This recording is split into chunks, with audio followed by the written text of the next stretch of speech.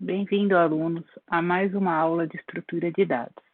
Hoje iniciaremos os nossos estudos de tabela hash, uma estrutura de dados muito importante para a computação. Iniciaremos pela motivação. Pensando em estruturas de dados já existentes, na maior parte do tempo o que fazemos é busca. E o que é uma busca?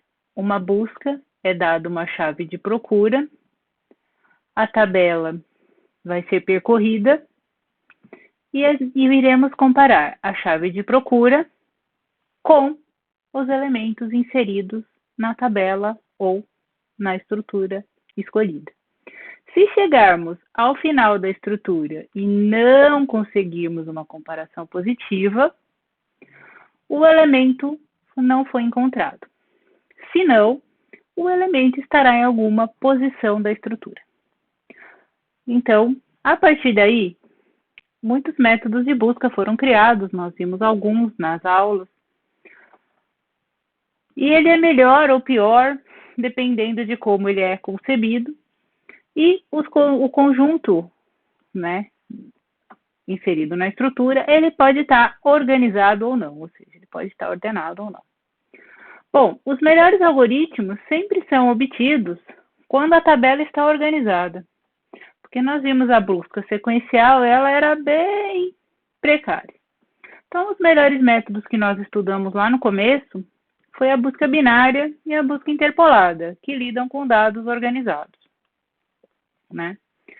Entretanto, a ordem delas ainda é logarítmica. Ou seja, você ainda tem que percorrer uma grande quantidade de tabela para conseguir algum resultado. Qual que era a ideia da computação? Chegar numa ordem melhor. O ideal seria a ordem 1, para que nenhuma comparação extra fosse feita. Então, fazemos uma única comparação simples e obtemos o quê? O que procuramos, o que devemos inserir, o que devemos remover, fazer operações em geral. Entretanto, isso era muito complicado. Então, por que a tabela hash foi concebida? Para tentar chegar nessa ordem 1. O tempo dela é constante, ou seja, ela faz operações em um número fixo de comparações, para inserção, para remoção e para busca. Então, tempo constante. Ela é conhecida como tabela de espalhamento ou dispersão, e ela é uma tabela. Pensa numa tabela básica de que vocês já fizeram na vida. Então, ela tem pedaços, certo? Então, ela é baseada em compartimentos, onde os dados vão ser colocados. Eles são chamados na literatura de buckets, onde a gente deposita o dado. Eles variam de um certo tamanho inicial a um certo tamanho final, então geralmente de 0 a n, a um tamanho que a gente chama de tamanho máximo, para tabelas de tamanho fixo. Tem tabelas que não têm tamanho fixo. Bom, qual a forma mais fácil de criar uma tabela? Vetor. Então, ela nada mais é do que a generalização de um vetor. O vetor é simples e objetivo de ser lidado. Bom, a hash, ela tinha que usar alguma coisa para melhorar tanto assim a ordem do algoritmo. A técnica, é utilizar matemática. Então, uma função que mapeia o quê? A chave, que é o que eu vou inserir lá na tabela, em um endereço, em um bucket, ou seja, uma posição aonde eu vou colocar o elemento. Na maior parte do caso, ela assume o quê? Que a chave é sempre um número natural. Então, é mais fácil lidar com o número do que com qualquer outra coisa. Então, geralmente, eles transformam a chave ou eles obtêm da chave um número, e esse número é jogado na função, e a partir daí a gente trabalha com ele. Existem alguns casos que ela é string, mas a gente vai fazer o quê? Sempre número. Então, a gente vai arrumar um jeito de pegar esse string e obter um número. Essa função ela é chamada de hash, função hash. Então, o objetivo dela é o quê? Pegar uma chave K, um elemento, um dado, e retornar o quê? O valor hash de K, que nada mais é do que a posição para onde ele vai. Olha lá. O endereço para armazenamento da informação. Então, o K, ele vai para onde? Para um bucket, né?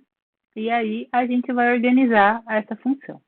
Essa função, ela faz o quê? O que a gente chama de espalhamento. Ela joga a informação ao longo da tabela. Essa função, ela é usada para tudo. Para inserir, para remover, para buscar, para todas as operações que vão ser realizadas na hash.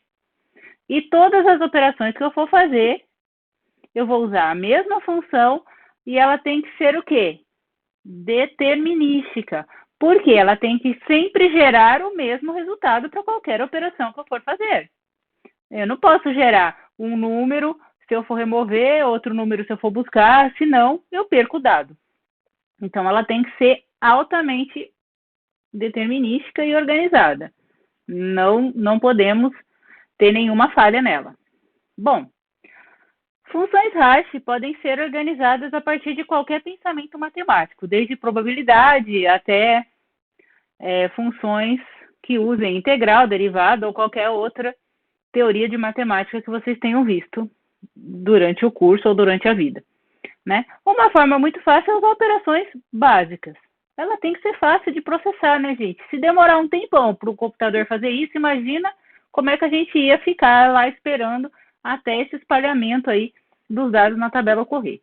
Então, aqui a gente vai ver dois jeitinhos de fazer hash, uma para número, uma para string, mas tudo muito simples. Então, o que a gente tem aqui? A gente tem um valor de chave para ser colocado na tabela. A gente tem que sempre ter, para a função funcionar, a gente sempre vai acabar utilizando o quê? O tamanho do endereçamento, ou seja, o tamanho da tabela, o tamanho do nosso vetor. O que é esse tamanho? É aquele que vai de 0 a n-1 vetor. Aquele n, né? Ele é o quê? O tamanho máximo. Para ficar melhor, né? A gente não vai usar ele nas contas. A gente quer o quê? Que a tabela seja bem organizada, que tudo seja bem feito. Então, a gente vai fazer o quê? Colocar um número primo como tamanho da tabela. Por quê? Nas contas, ele vai facilitar o espalhamento dos dados. Então, vamos ver uma primeira opção para, né, espalhamento de números. Uma forma simples de fazer é pegar a chave e obter o resto dessa chave, da divisão desse número da chave, com o tamanho da tabela. E aí, nós temos uma posição. Simples de fazer e muito fácil. Né? Então, você pega o número, divide pega o resto da divisão, e ali é a posição onde ele vai ficar. E se for uma string? Você pode tratar ela como um número também. Lembra que a ideia era o quê? Obter um valor numérico. Então, a gente vai pegar os valores ASCII de cada caractere que forma string e fazer o quê? Somar para obter um número. E a partir daí eu vou usar a função anterior.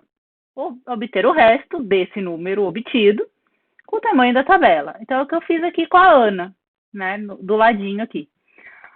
O tamanho da tabela era 23. Peguei um número primo para ajudar. Vou transformar Ana num número. Então, eu peguei o valor de A, peguei o valor de N e o valor do outro A. Somei tudo isso, peguei o resto com 23 e deu 5. Joguei a Ana lá na posição 5 da tabela. Então, bem simples de fazer. Existem só essas funções hash? Lógico que não. A gente pode trabalhar com qualquer coisa matemática que nós julguemos necessários para obter a nossa função. Entretanto, lembre que vai ser processada pelo computador e ela vai ser aplicada a todos os dados. Então, se forem muitos dados e uma função muito complexa, o computador vai levar um tempão para fazer, mesmo que o computador seja rápido. Bom, o que acontece com uma função hash? Ela pode ter o que a gente chama de chaves sinônimas. São chaves que, ao calcularmos o valor hash, né, aquele valor do bucket, ele vai para o mesmo lugar, ele dá o mesmo valor. Então, como seria aqui, ó, a gente consegue para G e para C, a gente consegue o mesmo valor 10. Para D e para F, nós conseguimos o mesmo valor 3. Então, seria uma colisão. Então, acontece, às vezes, da gente gerar para um mesmo elemento elementos diferentes, o mesmo valor hash. Bom, isso acontece com frequência? Não deveria. Então, uma função aceitável, hash, é uma função que gera algumas colisões. Então, a gente vai conseguir trabalhar essa situação, né? Mas elas devem ser poucas colisões. O que seria uma função ótima? Essa aqui, que realmente para cada chave eu apenas tenho um valor hash, então uma posição. Então, essa seria o ideal. Existe para algumas situações? Sim. A tabela de símbolos do compilador consegue uma hash perfeita, então ela não tem colisões. Na vida real é mais aceitável, então a gente acaba tendo que tratar alguma coisinha aí no meio do caminho. O que não é aceitável, nunca, você para uma quantidade grande de dados, eu gerar mesmo valor hash. Isso é inaceitável. É o pior dos piores casos, então, é aquele que para todos os valores você gera o mesmo. Então, não é aceitável. Então, o que a gente tem que trabalhar mais nas próximas aulas? Como fazer para se ajustar aí ao aceitável? Né? Então, a gente tem que ver como que a gente vai trabalhar a tabela, as funções, para a gente conseguir lidar com isso tudo. Bom, então vamos fazer um exemplo bem rapidinho aqui para a gente ver como é que a hash funciona. Então, a gente tem uma hashzinha de tamanho 13, bem pequenininha, lembra? Número primo, tal. Poucos valores aqui para inserção. Eu já tenho os valores a priori, o que ajuda muito na hora de obter uma função hash. Porque se eu sei que valores eu vou inserir, eu já sei como eu posso trabalhar a função para não ter colisão. E se os dados forem entrando de pouco em pouco, aí não tem jeito, haverá alguma colisão em algum momento do tempo, ou algumas colisões, aí eu vou ter que aprender a tratar isso. Bom, então, o que a gente faz? A gente vai inserir um a um, aplicando a função hash. Que função hash? Vamos para o basiquinho. Aquela da divisão, do resto da divisão, pelo tamanho da tabela. Então, a gente pega o dado a ser inserido, que vai ser o 1, pega o resto da divisão dele pelo quê? Pelo tamanho da tabela, que é 13, e obtemos a posição dele. Colocado ali, vamos para o próximo dado. O 5, também obtei o resto com 13, coloca ele lá na posição que foi obtida. O 10, a posição obtida é 10, coloca ele lá, passa para o próximo dado. Vamos inserir o 13. Inserimos, deu na posição 0, coloca ele lá. O 20, coloquei ele na posição que deu na posição 7, inseriu. 24, também o resto deu 11, foi colocado lá. E o 25, que o resto deu 12 e colocou. Então, o conjunto que a gente tinha, ele era perfeitinho. Então, eu já escolhi aqui os dados de forma que ficasse tudo bem espalhado. Ó. Não está tudo juntinho, que é ruim, está espalhado pela tabela, né? A tabela não está muito vazia, né? Ela não é muito grande, então está tudo ok aqui. Mas a tabela, ela vai sofrer inserções e remoções ao longo do tempo. Então, nós podemos ter problemas posteriores. Então, a gente escolheu uma função muito simples aqui. E suponha que a gente vai começar a inserir dados de novo. Então, a gente começou logo com o 130. Já deu problema. Por quê? Porque ele deu o mesmo lugar do 13. Então, o 130 e o 13 foram para o mesmo lugar. Não pode. Em cada pedaço, em cada bucket da tabela, a gente só vai colocar um elemento, um item. Então, eu vou ter que aprender o que fazer com esse cara que foi para o mesmo lugar, que é as próximas aulas que a gente vai estar vendo o racha aí. Então, é difícil? Não. Tem forma simples de lidar com isso. Tem formas mais elaboradas, mais simples, mas a gente tem que tratar, porque não pode ficar assim. Bom, então o que a gente tira de tudo isso, né? Que nem sempre a gente consegue falar, você faz um conjuntinho de dados, escolhe uma função, e aí você insere a primeira vez e fala, ai, tá tudo lindo. Mas estava tudo lindo. Mas ela é uma estrutura dinâmica, ela continua sendo trabalhada, ela vai ter mais inserções, ela vai ter mais buscas, ela vai ter mais emoções, não é só aquela primeira inserção, né? Então a gente não pode se enganar achando assim, a minha função é perfeita. Não, nem sempre. Então a gente vai ter que deixar aí, às vezes, uma estratégia de colisão. Porque na primeira inserção pode dar certo, na segunda, na terceira, na quarta, lá para frente deu problema.